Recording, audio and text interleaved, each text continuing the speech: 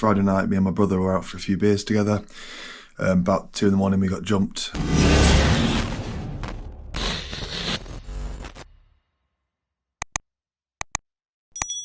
It's Monday morning, we're back at it. So today I'm going to be dealing with this Fiat 500 which I've just loaded onto a truck.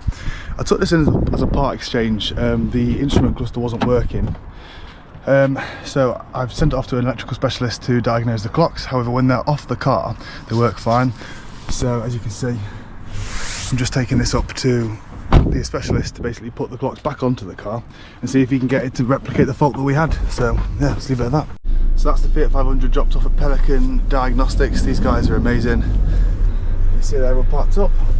I reckon we'll hear the next sort of day or two as to whether the clocks were actually the fault or whether there's something else at play there, but I'll keep you posted on that later in the video. So we had the Astra estate on the ramp just for the last MOT failure to check what the parking fault was. It turns out the caliper was completely seized. We just picked up a caliper from the scrapyard. We'll get that on, take that back for a retest. And here's the finished result. Considering the condition it was in when I collected it, I'm pretty happy with how it's turned out. I decided against repainting the wing mirror caps, as in my opinion they didn't look out of place on the car. It was only up for sale for about 4 days before it sold, so that was a nice little flip. I think in the first video I thought it'd be worth around 1800 quid, and I think if the bodywork had been a bit tidier then I probably could have got that for it. But I wanted this gone as soon as possible as it didn't really fit my stock profile and it does look a bit tired on the forecourt. So I let it go for 1400 quid. So let's have a look at the numbers and see what we made.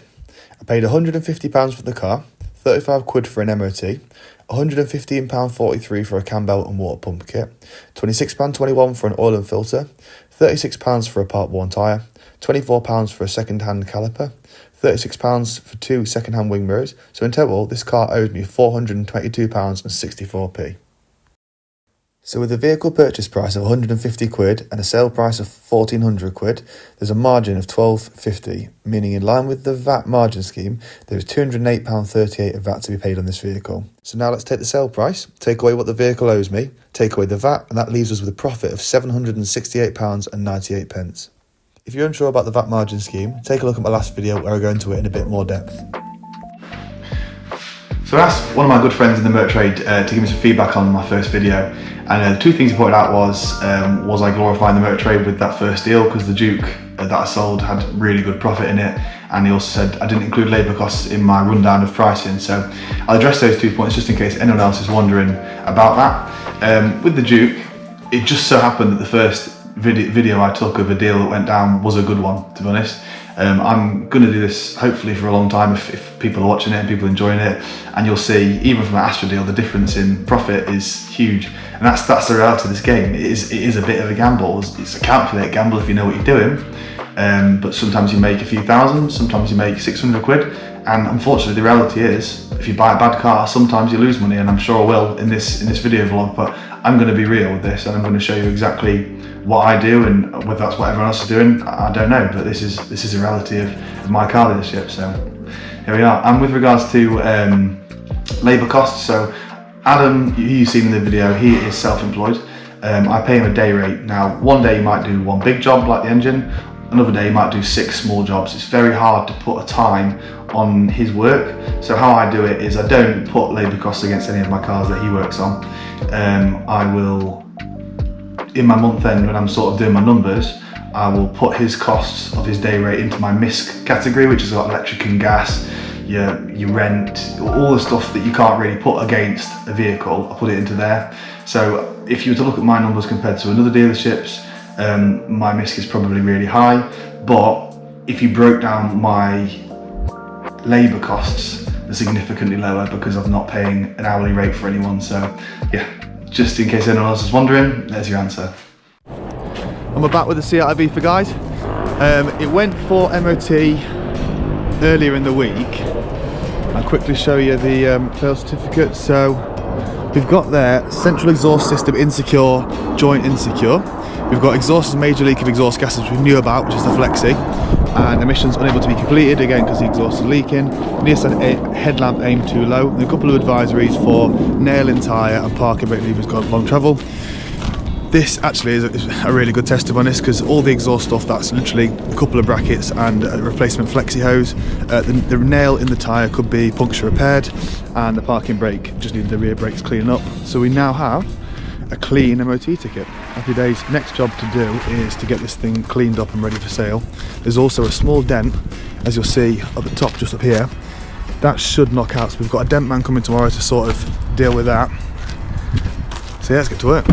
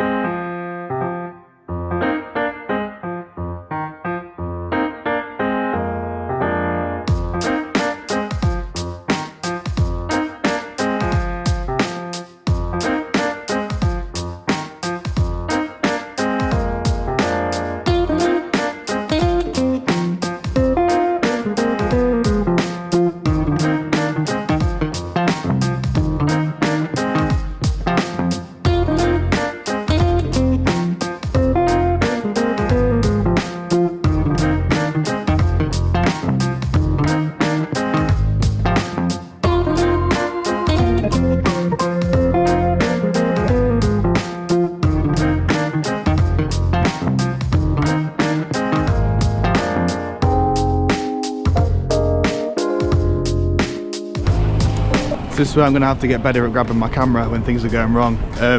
Just half through valeting the car, I suddenly put my hand over the air vents, and it's cold, and obviously the car's been running for about an hour now. Looked on the dash and the temperature gauge was on, not temperature gauge, the light for engine temperature was on. So obviously first thing you think is head gasket, so I'd turn the car off, come around to the front, took the coolant cap off, and it had bubbled right up, took the lid off, started the car back up again, and then the coolant dropped right down. So obviously when Adam's done the engine, he did, and I saw him bleed it up, but maybe all the air wasn't quite out, so I've just bled it up again, and the blowers are now hot. But yeah, little scare there. I'll make sure next time something goes wrong, or looks like it's going to go wrong, I'll grab it on camera. In fact, there must still be quite a bit of air still in the coolant sort of system, because I've just come back round again, and you can see drop right down below minimum again, so I'm going to top that up real quick, and then we'll keep running it just to make sure that all the air is out of the system.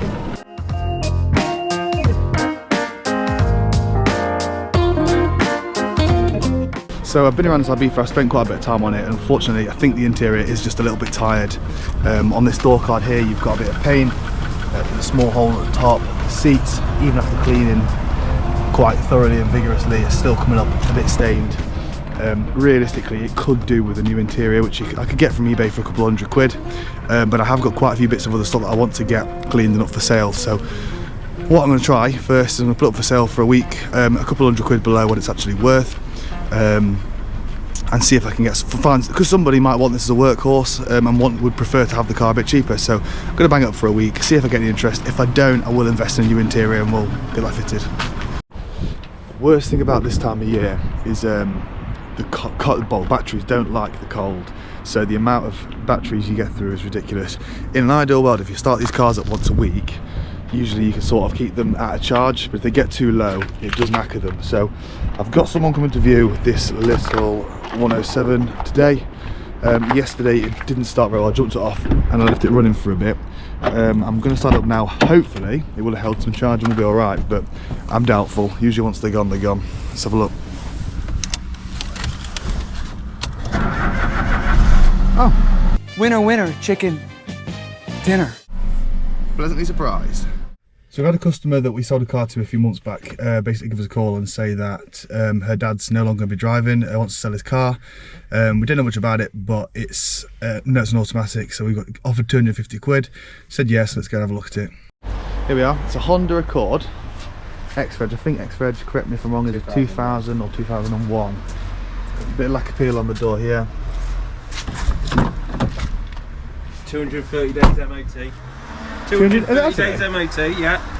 Happy days. 2 sets of keys. One of those weird ones where the fob's on a separate thing to the key. Automatic. Bose tape deck. But she is flat, so I'm going to try and jump her off now.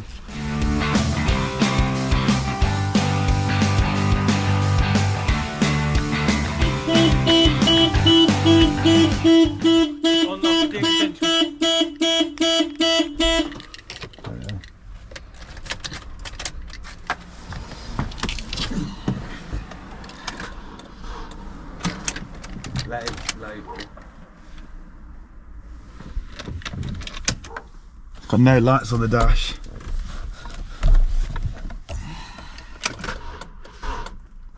Not gonna get it in there. I think we're going to need to get a battery for it. I should have asked him for jump leads. We can't. Oh yeah, I remember you said, sorry. Well, now we've got this on, we should be able to push it back. Let me see if it'll go into neutral. Oh, hold on, I've got lights on the display now. Yes, I can get it into neutral now.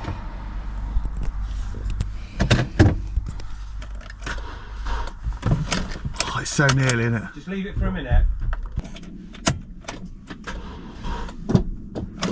It's going to need a battery. Or jump leads. It probably will go off jump leads because it's got enough to turn over, hasn't it? Let me try it on with this jump.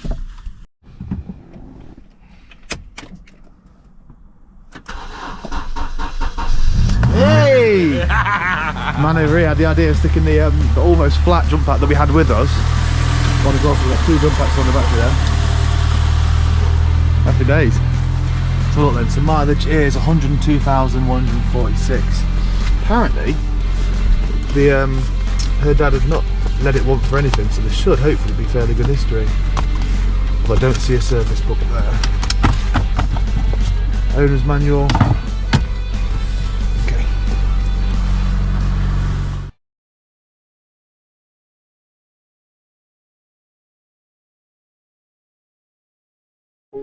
What's up guys, part of vlogging is the good and the bad bits of life. This isn't really very car related, but Friday night me and my brother were out for a few beers together. About 2 in the morning we got jumped. I've actually come off better than my brother. My brother's lips all split, he's had to have a few stitches. I've got a cut face, I don't know if you can see, I've got a big swelling underneath my neck here. I wasn't seen at A&E, so I maybe need to go back and find out what's going on with that. But yeah, feeling a bit sorry for myself today. Videos might be a little bit slower, so I'll keep you posted. So I've been to A&E. My jaw's all fine, had an x-ray in that. I just damaged my gland on my neck, so that's all swollen, got antibiotics for that. Back at work, gotta get on, gotta crack on, don't feel like it, but gotta crack on. My brother's taking a week off work, then he's gonna get back to it. You can't let these things break you. There's some bad people in the world, but for every bad person there's good people as well. We've just got to keep your head up, keep smiling and do what you do best, so let's get back to the grind. So I feel a lot more myself today, which is good. Swelling my neck's gone down a bit, my cut's looking a little bit better. I've got an appointment at the maternity ward with my partner for a growth scan. Got a baby during Feb, which is exciting, so let's get that done, get into work and see what's cracking today. I'm going to leave it there guys, thank you so much for watching. It's been a bit of a disjointed video this week, lots of little bits about lots of different cars, but it's just like that in this trade sometimes. The Fiat 500 that you saw at the beginning of the video, that's now with the second electrical specialist, trying to get to the bottom of that weird instrument cluster issue, so hopefully by next week I'll have some updates on that. The Honda Accord that we picked up at a bargain price, I've started painting that and getting that ready for the forecourt, so plenty to come on that. And the Peugeot 308 that I painted in the first video has now sold, so we can have a look at the profit in that vehicle as well. So keep watching, it's just been a weird week to be honest, but I'm still smiling, I'm still here, and the brother's on the mend, so to be honest I'm just grateful. If you've enjoyed this video, like and subscribe, and if you've got any questions or anything you want to see in the next one, drop us a comment below and I'll see you in the next one.